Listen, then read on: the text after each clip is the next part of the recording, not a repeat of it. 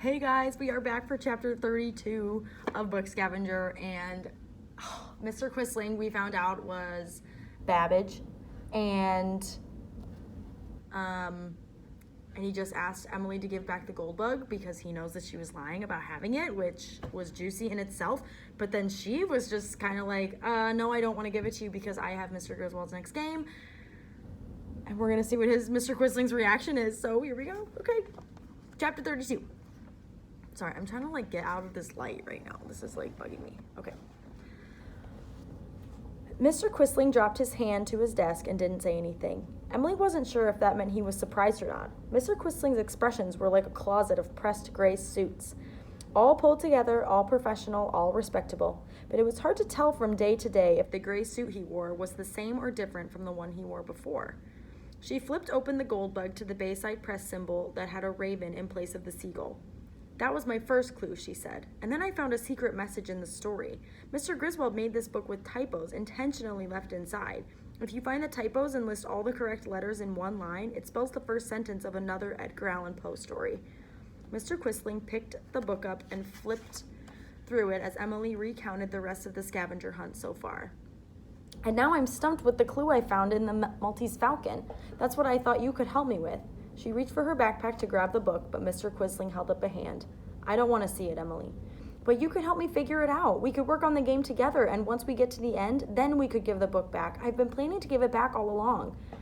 If I look at your newly found puzzle, I'm sure I will want to solve it, which is why I don't want to see it. Mr. Quistling sighed. I've met him, Mr. Griswold. He patted the gold bug. Then you should understand better than anyone, Emily pleaded. People are saying he might... Emily ducked her head, focusing on Mr. Quisling's desk. She couldn't say the words. She had stopped checking for updates on how Mr. Griswold was doing because she was afraid the news would be bad. He would want his game to be played. He would want me to finish it. Yes, he would, Emily. You're right. Emily didn't look up, afraid Mr. Quistling wouldn't get it, just as James didn't. You're probably right, Emily, Mr. Quistling said, and it's fascinating to learn about his game and everything you figured out already. I'm glad you've shared it with me, but that doesn't change the fact that we need to return this book. Emily couldn't do anything but blink at Mr. Quistling. How could he want to return the book after everything she just told him? How could he resist not knowing what lay at the end? How could he resist not knowing what lay at the end of Mr. Griswold's game? She almost felt tricked.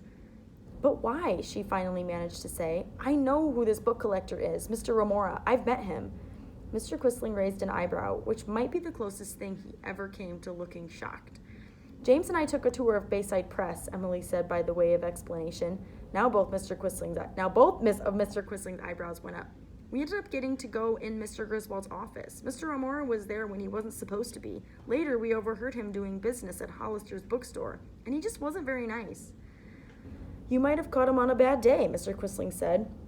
You walk into dangerous territory when you make judgments against a person based on limited interaction. Emily couldn't believe Mr. Quistling was trusting the word of a man he didn't even know over hers. Mr. Remora says he needs this book back for his job, but Mr. Griswold has already hidden it for his game. It wasn't supposed to be in Mr. Griswold's personal collection when I found it, so why would Mr. Remora be saying it should be?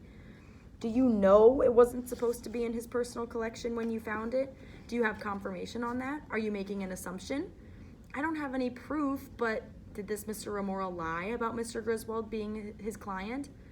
Emily tugged on her backpack zipper. No.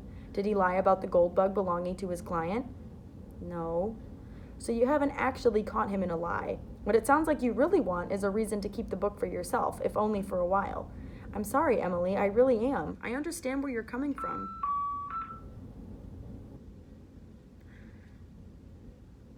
But some things are more important than games. The possibility that a man genuinely needs this book for his own job security, trumps any game, no matter how intriguing. Are we clear on this, or do I need to call your parents? Emily swallowed. We're clear. Mr. Quistling put the gold bug in his top drawer and returned to his grading. The meeting was over, and on top of everything else, she hadn't even gotten help with the Maltese Falcon cipher. Emily left his room fighting back tears. The hallway had filled with an assortment of costumed kids now that first period bell was about to ring. What's happening, man? Emily bumped against a skeleton backpack. Sorry, she muttered. She turned corner after corner until she was in front of her locker. She spun the dial and tugged the door open, ducking her head inside under the pretext of sorting things into and out of her backpack. She wiped her nose and stared at the dark recess where the gold bug had been. Later that day, Emily averted her eyes from Mr. Quistling when she walked into social studies. He stood at the head of the classroom as usual, arms crossed and occasionally nodding at students. "Good afternoon, Emily," he said as she walked past. She kept her head down, but bent her mouth into a smile for politeness' sake. She took her seat next to James, averting her eyes from him too.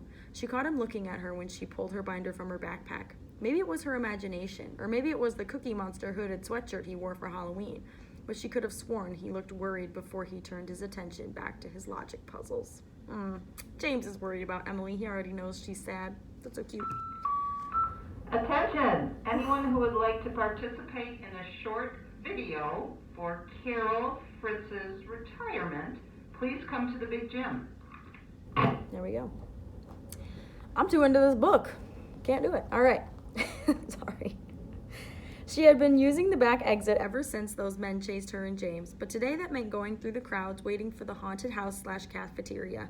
She wasn't in the mood for any of that, and it had been 4 days since they'd seen those men. She doubted they were even still looking for her, especially since she'd posted to Book Scavenger that she didn't have the book, which, ironically, Emily realized was now true. So what did it even matter anyway? She craved a familiar face and decided to brave her regular route and stop by Hollister's. Before she pushed through her school's main entrance doors, Emily studied the idling vehicles in front. No sign of the old tan car. The afternoon was hot and the sun intense as she walked up the street. Emily shielded her eyes, but still the glaring rays managed to bend their way around her hand, dulling her sight. A metallic pounding grew louder as Emily approached Hollister's. She stepped over a thick hose draped across the sidewalk that ran from a truck parked at the curb to the inside of the building next to Hollister's. The hose appeared to be connected to whatever was making the drilling noise inside. Hollister's door was propped open.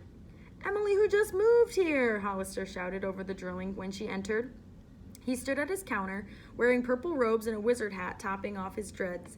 He stepped out to close the shop door, which didn't totally silence the noise, but did make it bearable.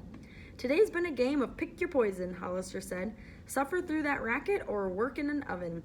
That fan doesn't really cut it on a day like today." Hollister indicated a rotating fan that rattled in the corner. He returned to the book he'd been wrapping in brown paper. "Excuse me. No sidekick today?" James had other plans. Emily shifted words around the magnetic poetry tray on his counter. "Broken cloud." Those are the words she put together. "Ah, so what's new with you? You still enjoying Poe?" Poe. Mr. Quistling was probably talking to Mr. Romora on the phone at that very second to let him know Emily had returned the gold bug. To Hollister, she said, "I carry the Poe book you gave me everywhere." Hollister pulled a piece of twine from a spindle attached to his counter while Emily rearranged more magnetic words. Hard, fool, magic. He held the paper folded around his book with one hand and the twine in the other and looked from the pair of scissors lying near the book to the twine and then to Emily. "You mind?" he asked, nodding towards the twine. "Oh, sure." Emily picked up the scissors and leaned across the counter to clip the twine. She watched him wind it around the wrapped book and tie a neat knot. "Presentation always makes a difference, don't you think?" He held the book up to Emily, twisting it to show all sides. "You're really good at it," Emily said, thinking of the book's sculpture Bayside Press emblem he'd taken down about a week ago to make his window display Halloween-themed. Hollister pulled out a notepad from the shelf under his counter and flipped through the pages until he found the one he was looking for. He held the notepad out. "Can't read my own writing." Emily leaned forward. "It looks like 2634 Octopus to me," she read. "Probably Octavia Street." Hollister jotted down the address on a sticky note and placed it on the wrapped book. "Is that for Mr. Romora?"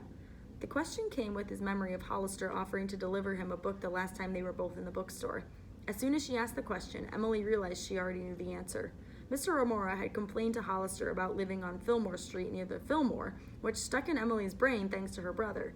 She even remembered his address. It was something repetitive with sevens, like 1717 or 7171 or 7711. Hollister studied her for a moment, his one tired eyelid dipping down as it always did. "How do you know Mr. Romora?" Emily reminded him of that day. "You told us he's a rare book specialist and Mr. Griswold is one of his clients." "I remember now. Indeed I did. And no, this isn't for him." An idea occurred to Emily. It wasn't a well-thought-out idea and probably wasn't a good idea, but Emily asked anyway. Do you need help delivering your books? I could take that one you just wrapped, and if you have Mr. Remora's book ready, I could deliver that too. And then maybe when she delivered Mr. Remora's book, she could tell him she was the student who had found the gold bug and ask if she could borrow it back for a short period of time. Hollister adjusted his wizard hat. Isn't that kind of you? Thank you, doll. But no, I cannot take you up on that offer, I'm afraid. Too young to be my employee, for one. Even if that weren't the case, I wouldn't feel comfortable sending you around the city on your own to run my errands. Maybe if it was you and James together, but even then... Hollister shook his head, dreadlocks swishing across his purple robes. Hollister watched her push magnetic words. Salt, heart, wake. You know, he said, I appreciate my customers, and many of them are fine, fine people. But not all book people are good people. Don't mistake shared interest with shared ethics. He tapped his pointy cap. There's some wizardly wisdom for you today. Hollister stepped away from the counter and fiddled with books on a nearby shelf, straightening some, pulling a title off one shelf and moving it to the row below. His words made Emily think about Hollister's former friendship with Mr. Griswold. Both were book people, both seemed like good people, and despite not having been friends for the past 30 years, Hollister had cared enough to dedicate his window display to Mr. Griswold in a time of need. Hollister, have you talked to Mr. Griswold since he's been in the hospital? If her question surprised him, Hollister didn't show it. I don't believe he's in a conversational state, is all he said, but the lines of his face sagged. There are people on the Book Scavenger website gossiping about him, Emily said. They don't think he's going to survive his attack. Emily wasn't sure if that was something she should have said, but she'd been carrying around that worry in the back of her mind, and voicing it to someone who knew Garrison Griswold helped. I don't like thinking about that, she said. Hollister sighed. Negativity has never been a friend to anyone. What was he like when you two were friends, she asked. He finished fussing and surveyed his store, almost like he was scanning the room for what task he could do next. Emily thought maybe he hadn't heard her question or was just going to ignore it because he didn't want to talk about Mr. Griswold. But then he said, Gary was young, very creative, ambitious. We idolized the Beats. He looked to her, some of his dreadlocks swinging over his shoulder. You know the Beats? My dad's a huge fan of Jack Kerouac. Good taste, good taste. Hollister nodded, and his wizard cap skewed to an angle. The person Gary and I looked up to the most was Lawrence Ferlinghetti. I always stumble over these names. When we opened this bookshop, we fancied ourselves like Lawrence Ferlinghetti and Peter Martin when they started City Lights. We? This bookstore used to be Mr. Griswold's too? She envisioned Mr. Griswold walking out from the back with a box of books to shelves, greeting customers as the chime signaled their entrance. Was it possible to feel nostalgic for something you never experienced? This was before Barryside Press, of course. We were young, too young to be part of the Beat movement, but old enough to be influenced by it. But also, like Lawrence Ferlinghetti and Peter Martin, our partnership eventually severed, ours less amicably, I'm afraid. Why? Similar interests, different priorities. That may not make sense, how two people can be passionate about the same things and still find room for disagreement, but it happens. No, that actually makes a lot of sense, Emily said, thinking of her fight with James. Gary always had a grand plan, a way to make things bigger. My vision was to keep the bookstore small, a community place. Gary wanted to spread his energy and enthusiasm for the arts to as many people as he possibly could. Back then I thought his generous spirit had turned greedy, and we had a falling out. Over time, I realized that even though money and success came to him eventually, it was never his motive. Money changes your circumstances, but it can't change your core. A spiteful person becomes a spiteful person with money. A kind person with money. James and I had a fight. Emily concentrated on lining the magnets into a row rather than see how Mr. Hollister reacted to her confession. That's bound to happen, even with the best of friends. I don't think... The drilling next door reverberated dully through the shared wall. Emily took a deep breath. I don't know how to be a good friend. Hollister blew a raspberry. Nonsense. There's no how to it. Just be, just do. That's all a good friend is. That's what Gary did for me. He reached out for years, but I didn't appreciate it at first, and James might not either. But if your intentions are good and the friendship was true to begin with, he'll come around. The mechanical pounding stopped suddenly, making the silence feel stark. The magnetic words scraped on the tray as Emily pushed them, absorbing what Hollister had to say. Bird, whisper, shadow. And that is the end of chapter 32. That was a long one. Oh my goodness. Oh, this book is so great. And I'm glad Emily had someone to confide in, because it kind of seemed like she's been alone in this other than Matthew. So, hopefully she gets this book back from Mr. Remora. I can't decide if Mr. Remora doesn't seem like a good guy to me, right? I don't think so. All right. Well, I will see you guys next time for 33. Bye.